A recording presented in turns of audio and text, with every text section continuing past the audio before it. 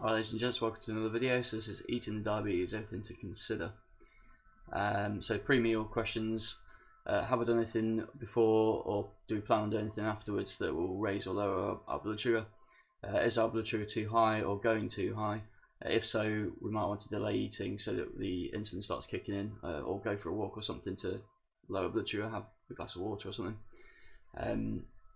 Depending on how high it is, of course. Is my blood sugar going too low or going too low? If so, we might want to delay taking the insulin and start munching down straight away. Might have to correct with something high glycemic if the meal isn't going to raise our blood sugars very quickly. If we're to plot our blood sugar sort of on a graph over time, what's the curve of blood sugar likely going to be from this meal? And to determine that, we'll want to know what the glycemic index and load is of the food. The higher the glycemic index, the quicker the blood sugar is raised. The higher the load, the more the blood sugar is raised. What's the meal composition like in regards to macronutrients? So is that very heavy in carbohydrates, or is it very heavy in fat? Because the more protein and fat we tend to have, the slower the absorption of carbohydrates. How big is the meal? The larger the meal, the more kind of erratic it is in terms of how sugar is absorbed. How long is it likely going to be?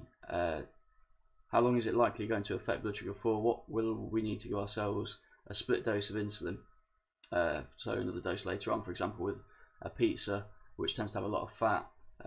We usually find that we have to inject one injection before the meal and then one injection later on, because if we inject all of it in one before the meal, then our blood sugar usually goes too low because the insulin is absorbed much more quickly than the pizza, due to the amount of fat that's there. And am I going to be drinking alcohol with it or doing something else that affects blood sugar?